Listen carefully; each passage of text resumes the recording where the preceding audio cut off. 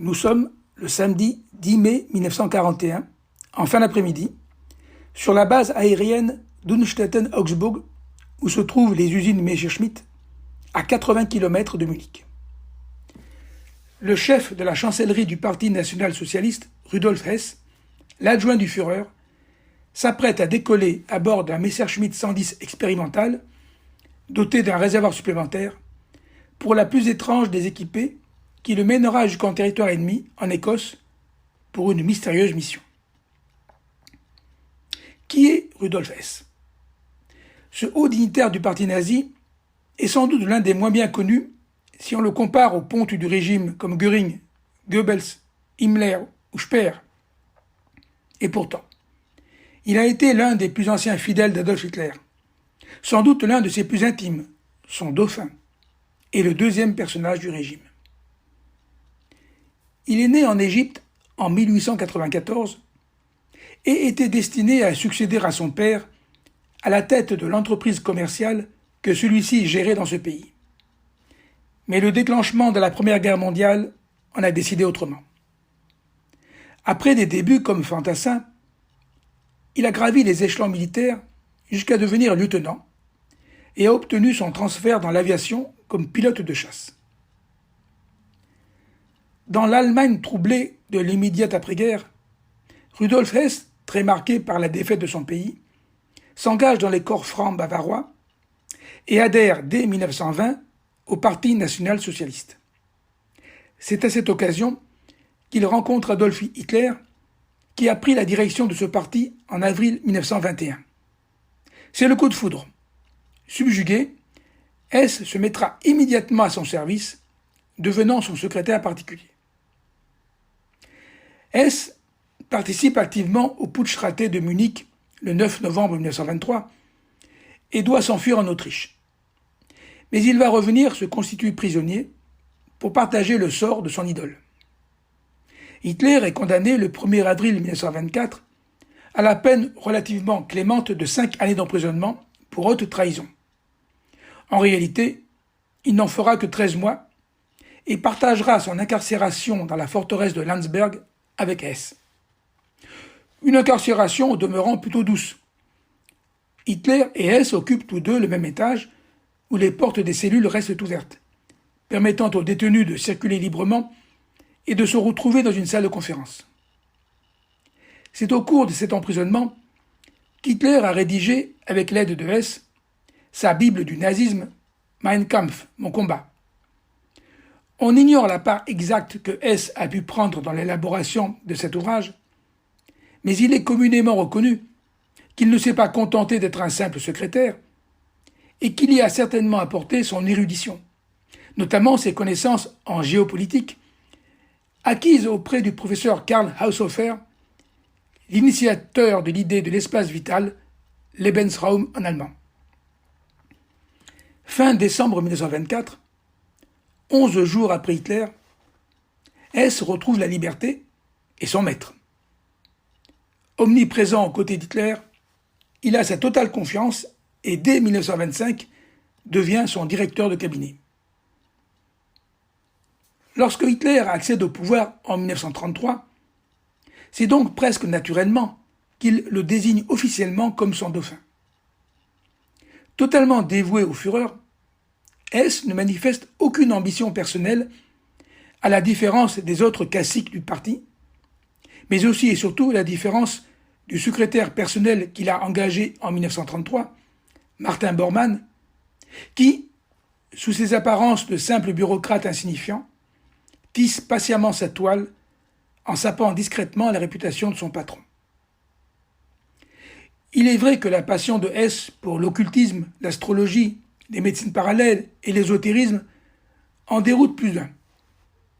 Encore plus végétarien qu'Hitler, il arrive toujours au déjeuner organisé à la chancellerie ou à Berchtesgaden avec son propre repas, au motif que ces plats devaient avoir une certaine origine biologico-dynamique. Ce comportement avait fini par agacer Hitler, qui un jour confia à l'architecte Albert Speer, je cite, « Avec Hess, tout entretien devient une épreuve insupportable. Il vous importune sans cesse avec des choses désagréables et ne lâche pas prise. » Bien que qualifié de conscience du parti, Hess va ainsi voir son influence auprès d'Hitler progressivement s'éroder, et son rôle politique se limite bientôt à adresser chaque année ses vœux de Noël aux Allemands de l'étranger, ou, lors des cérémonies solennelles, à annoncer depuis la tribune l'arrivée du Führer, alors que son plus grand rêve aurait été de devenir ministre des Affaires étrangères, comme il l'a confié un jour à la cinéaste préférée du régime, Leni Riefenstahl. La déclaration de guerre de la Grande-Bretagne à l'Allemagne le 3 septembre 1939 consterne l'anglophile Hess. Car pour lui, les Anglais sont des Aryens, comme les Allemands, et les deux peuples ne devraient pas être ennemis. Cette guerre va accélérer la marginalisation de Hess et le déclin de son rôle au profit des stratèges militaires, et en particulier de Hermann Göring, qui devient le numéro 1 dans l'ordre de succession en cas de disparition du Führer. Hess n'est plus que le numéro 2, alors que les deux hommes se détestent cordialement. Après la défaite de la France et la signature de l'armistice à laquelle il a assisté, Hess peut espérer que les Britanniques seront à leur tour disposés à négocier. Mais ce n'est pas le cas. La Grande-Bretagne, menée par l'inflexible Churchill, poursuit le combat. À l'automne 1940, le projet de débarquement allemand en Grande-Bretagne est abandonné. Et la bataille d'Angleterre a été perdue par la Luftwaffe, même si les bombardements allemands sur les villes britanniques se poursuivent. Mais peu importe pour Hitler, qui a désormais le regard tourné vers l'Union soviétique, qu'il a décidé de détruire. Hess n'ignore pas les projets de son Führer et s'en inquiète car dès lors l'Allemagne devra mener une guerre sur deux fronts. C'est alors qu'il songe à un projet extravagant, mais qui, s'il réussit, lui permettra de revenir en grâce auprès d'Hitler. Se rendre en Grande-Bretagne comme émissaire de la paix. Ainsi, par ce coup d'éclat, l'Allemagne pourra tourner toute son énergie vers son véritable ennemi, l'Union soviétique communiste, ou plutôt bolchevique, pour reprendre le vocabulaire de l'époque. Hess révélera 25 ans plus tard à Speer, alors qu'ils purgent tous deux leur peine après leur condamnation à Nuremberg, que ce dessein lui avait été inspiré en rêve par des puissances surnaturelles. Hess commence à élaborer son projet dès la fin de l'année 1940. Il compte se rendre en avion jusqu'en Écosse pour y rencontrer le duc d'Hamilton. Il ne l'a que brièvement entrevu à l'occasion des Jeux olympiques de Berlin en 1936, mais cet aristocrate écossais connaît bien son ami Albrecht Haushofer, le fils du professeur Karl Haushofer. Hess pense que le duc d'Hamilton fait partie des germanophiles partisans d'un accord de paix avec l'Allemagne, et qu'en sa qualité de premier pair d'Écosse, il serait suffisamment introduit auprès du roi George VI pour contourner Churchill et influencer la Chambre des Lords, ce en quoi il se trompe lourdement. Hitler a formellement interdit aux dignitaires du régime de piloter un avion pour éviter qu'il soit abattu en vol. Mais Hess parvient à contourner cette interdiction en proposant à l'avionneur Wilhelm Messerschmitt de tester sur la base aérienne d'Unstetten-Augsburg le dernier prototype du bimoteur Messerschmitt 110. Ce dernier n'y voit aucune objection. Hess est un pilote confirmé et surtout, on ne refuse rien au numéro 2 du régime. Pendant plusieurs semaines, Hess s'entraîne sur cet avion. Il conseille divers aménagements lui permettant de le piloter seul, avec un réservoir supplémentaire de carburant. Et il est 18h, ce samedi 10 mai 1941, lorsqu'il décolle en direction du nord de l'Allemagne pour un vol de près de 1400 km. Personne sur la base ne s'en est inquiété. N'avait-il pas déjà fait plusieurs vols d'essai sur cet avion expérimental ? À plus de 600 km/h, Hess évite soigneusement les zones d'interdiction aérienne, puis survole la mer du Nord vers les côtes britanniques, avant de piquer vers l'ouest au nord de l'Angleterre. Il est brièvement pris en chasse par 2 Spitfire, mais parvient à les semer et se rapproche de sa destination la propriété du duc d'Hamilton à Dungavel, au sud de Glasgow.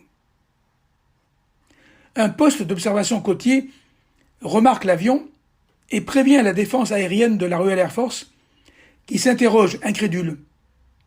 Que vient faire aussi loin de sa base cet avion qui manifestement ne dispose pas du carburant nécessaire pour retourner en Allemagne?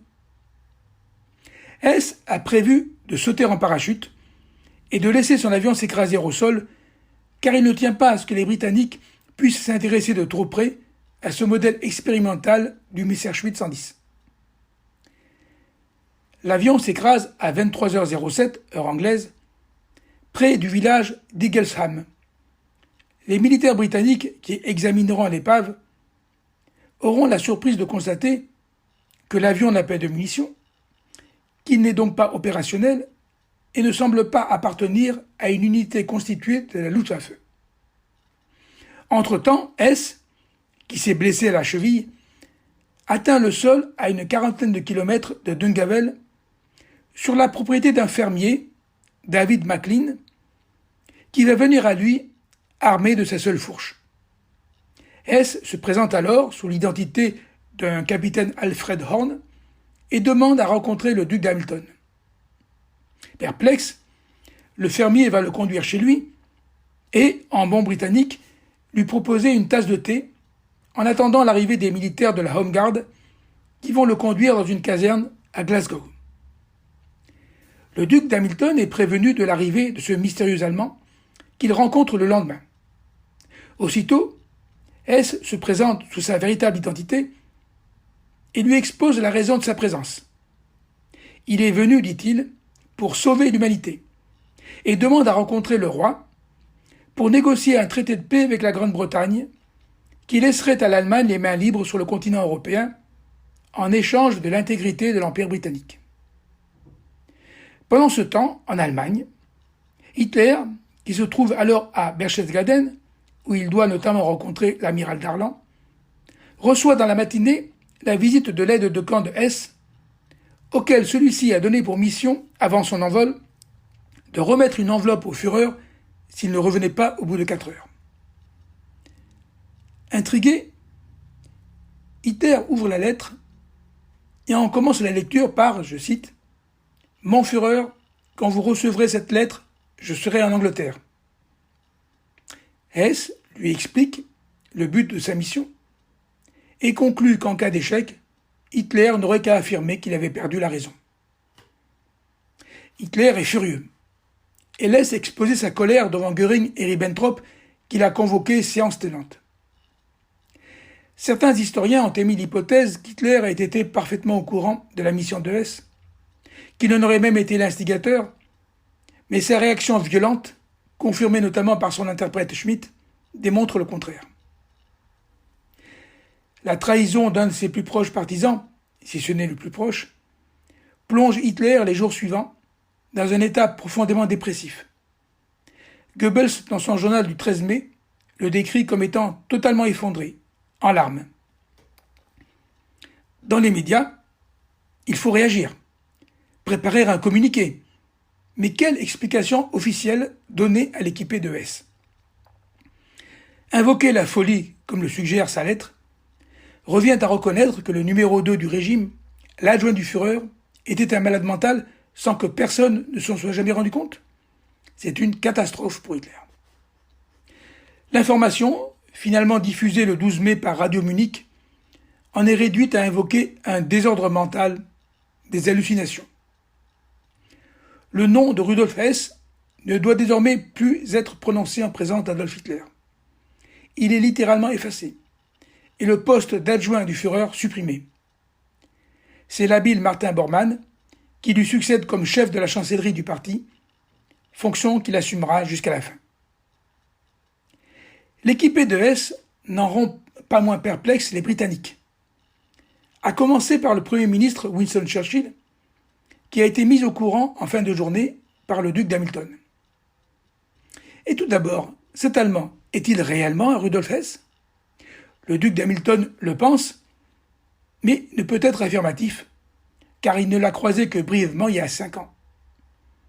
On fait alors appel à l'ancien premier secrétaire de l'ambassade britannique à Berlin, Ivan Kirkpatrick, qui rencontre Hess dans la nuit du 12 au 13 mai et confirme son identité. En outre, au même moment, la radio allemande a fait état de la disparition de Hess. Il ne peut donc plus y avoir de doute. L'affaire est délicate pour les Britanniques, car les Soviétiques s'interrogent sur l'arrivée en Grande-Bretagne du numéro 2 du régime nazi. Et si c'était le prélude à un accord germano-britannique aux dépens de l'Union soviétique? Churchill a pourtant alerté Staline de l'imminence d'une vaste offensive allemande, mais celui-ci n'en croit rien, persuadé qu'il s'agit d'une manœuvre d'intoxication britannique pour envenimer les rapports entre l'Union soviétique et l'Allemagne. Et la présence de Rudolf Hess sur le territoire britannique ne fait que conforter sa paranoïa. C'est pourtant méconnaître l'inflexibilité de Churchill. Hess ne rencontrera jamais le roi George VI, ni le Premier ministre, et il n'y aura aucune négociation. Rudolf Hess est traité comme un prisonnier de guerre. D'abord incarcéré à la Tour de Londres, puis dans des centres de détention en Écosse, dans le Surrey, et enfin au pays de Galles. Le choc est rude pour lui, et son état psychique se dégrade. Il sombre dans la dépression et se persuade que les Juifs veulent l'hypnotiser pour connaître ses secrets et que les Britanniques veulent l'empoisonner. Hess va même tenter de se suicider à au moins 2 reprises, mais pour les psychiatres qui l'examinent, il n'est pas fou. En réalité, pour se défendre et tromper ses gardiens et les médecins, il simule à plusieurs reprises des pertes de mémoire. Le déclenchement de l'opération Barbarossa le 22 juin 1941 occupera désormais le devant de la scène et fera rapidement tomber le soufflet de l'affaire Rudolf Hess, que ce soit en Allemagne, en Grande-Bretagne ou en Union soviétique. On n'entendra plus guère parler de Rudolf Hess jusqu'à la fin de la guerre. Car après la capitulation de l'Allemagne en mai 1945, Hess n'est plus un simple prisonnier de guerre, mais un criminel de guerre qui, à partir du 20 novembre 1945, doit répondre de ses actes devant le tribunal militaire international de Nuremberg, en compagnie des dirigeants nazis qui n'ont pas échappé à la justice en se donnant la mort.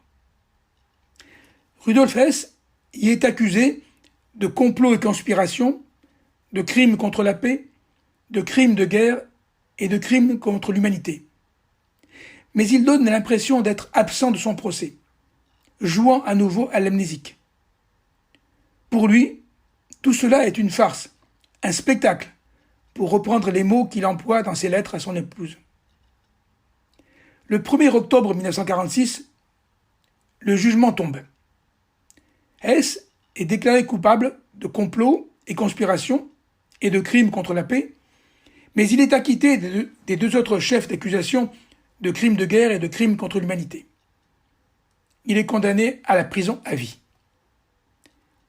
Il va désormais passer les 41 dernières années de sa vie dans la prison de Spandau à Berlin, située dans ce qui était alors le secteur britannique de la ville. Il n'est plus que le détenu numéro 7. Il n'a guère de contact avec les 6 autres condamnés comme lui à des peines d'emprisonnement, si ce n'est avec Albert Speer. Au cours des années qui suivent, ces détenus sont successivement libérés, soit parce qu'ils ont purgé leur peine, soit pour raison de santé. En 1966, les 2 derniers détenus de Spandau, Albert Speer et Baldur von Schirach, sortent à leur tour de prison. Hess devient, pour les 21 années qui suivent, l'unique détenu de Spandau, surveillé par 40 soldats des 4 nations victorieuses, américains, britanniques, français et soviétiques, qui se succèdent à tour de rôle chaque mois. Il est devenu le prisonnier le plus cher de l'histoire. 850 000 marks par an en 1966, à la charge de la République fédérale d'Allemagne.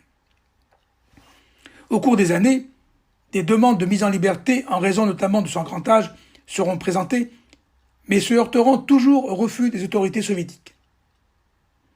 Le 17 août 1987, un gardien américain découvre le corps de Rudolf Hess pendu à la poignée d'une fenêtre à l'aide d'un câble électrique. C'était sa 4e et dernière tentative de suicide. Il décède quelques heures plus tard à l'hôpital à l'âge de 93 ans. Après sa mort, la prison de Spandau est détruite afin qu'elle ne devienne pas un lieu de pèlerinage pour nostalgiques du Troisième Reich. Mais il était inévitable qu'une histoire aussi rocambolesque ne donne pas naissance à des rumeurs complotistes. On a ainsi soutenu que Hess avait été attiré en Écosse par les services secrets britanniques, ou qu'en réalité, l'avion de Hess avait été abattu par les Allemands et que c'était un sosie qui avait été parachuté au-dessus de l'Écosse. On se demande bien pourquoi d'ailleurs. D'ailleurs, une analyse ADN d'un échantillon de sang prélevé en 1982 sur le prisonnier de Spandau a été récemment comparée avec celui d'un proche parent de Rudolf Hess, et les résultats, je cite, soutiennent fortement l'hypothèse que le prisonnier numéro 7 était bien Rudolf Hess, l'adjoint du Führer du Troisième Reich. La théorie du sosie est, je cite encore, hautement peu probable et donc réfutée. Enfin, on a aussi soutenu que Hess ne s'était pas suicidé et qu'il aurait en réalité été assassiné, toujours par les services secrets britanniques. Même si on peut se demander pourquoi ils auraient attendu plus de 45 ans pour le faire, alors qu'ils auraient pu se débarrasser de Hess avant même le procès de Nuremberg si on avait craint des révélations gênantes de sa part. Rudolf Hess a d'abord été enterré dans le cimetière de la paroisse protestante de Wunsiedel en Allemagne, mais pour mettre fin au rassemblement néo-nazi qui se tenait chaque année à l'anniversaire de sa mort, ses héritiers n'ont pas renouvelé la concession familiale à son échéance en 2011. Ses restes ont été exhumés le 22 juillet et incinérés, les cendres dispersées en mer. Sa tombe a été détruite. Elle portait cette mystérieuse inscription « J'ai osé ». Qu'a-t-il osé? S'envoler vers les îles britanniques en 1941 pour une chimérique mission de paix? Ou bien avoir réussi sa 4e tentative de suicide? C'est l'ultime mystère de la vie de Rudolf Hess.